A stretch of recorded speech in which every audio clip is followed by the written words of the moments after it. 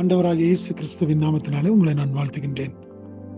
இந்த புதிய நாளுக்குள்ளாய் நானும் நீங்களும் பிரவேசித்திருக்கும் பொழுது தேவன் நமக்கு சுகத்தையும் பலத்தையும் கொடுத்து இந்த புதிய நாளை காணும்படியான ஜீவனையும் கூட கொடுத்திருக்கின்றார். அநேக பேர்கள் அநேக காரியத்தின் நிமித்தமாய் மாண்டு போகிறதை நாம் இன்றைக்கு பார்க்கின்றோம்.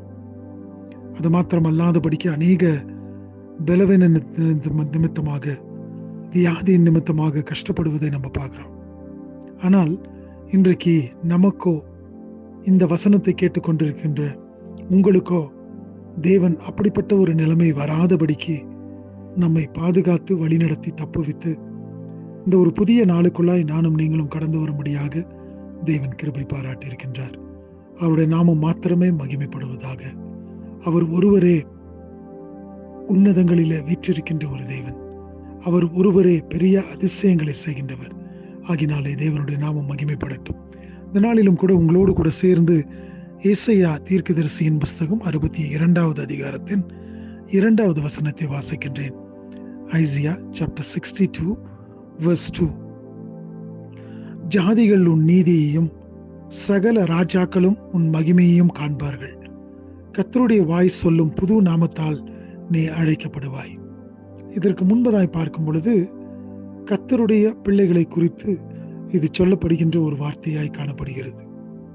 ஆம், எனக்கு பிரியமான தேவச்சனமே, இந்த நாளிலும் கூட ஜாதிகள் உன் நீதியையும் சகல ராஜாக்களும் உன் மகிமையையும் காண்பார்கள்.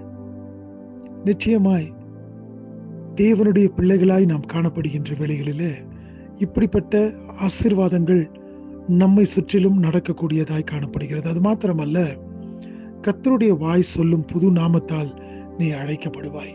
எனக்கு பிரியமான தேவச்சனமே, கர்த்தர் நமக்கென்று சொல்லி புதிய ஒரு பெயரை தரிப்பிக்கின்ற ஒரு தேவனாக இருக்கின்றார். அந்த பெயராலே நானும் நீங்களும் அழைக்கப்படக்கூடியவர்களாய் காணப்படுகின்றோம். இன்றைக்கு காலை வேளையிலே அவருடைய சமூகத்தில் வந்திருக்கும் பொழுது கர்த்தருடைய வாய் சொல்லும் புது நாமத்தினாலே நீ அழைக்கப்படும்படியாய் தேவனுடைய பிள்ளையாய் நீ காணப்படுகின்றாயா? ஒருவேளை தேவன் அற்றவர்களாய் நாம் இருப்போம் என்று சொன்னால் என்னுடைய பழைய பெயர் தானே எனக்கு அழைக்கப்படக்கூடியதாய் இருக்கிறது. ஆனால் தேவனாலே தெரிந்தெடுக்கப்பட்டவனாய் தேவனுக்குள்ளாய் நான் வாழும் பொழுது அவர் ஒரு புதிய நாமத்தினாலே என்னை அழைக்கின்ற தேவனாக இருக்கின்றார். இந்த நாளிலும் கூட தேவன் இப்படிப்பட்ட ஒரு புதிய நாமத்தை நமக்கு தந்து அவர் அந்த புதிய நாமத்தினாலே நம்மை அழைக்கும் பொழுது நாம் அவருக்கென்று சொல்லி வாழக்கூடியவர்களாய் அவருடைய ஆசீர்வாதங்களை நாம் மற்றவர்களுக்கு பிரதிபலிக்கின்றவர்களாக நாம் காணப்படுவோம்.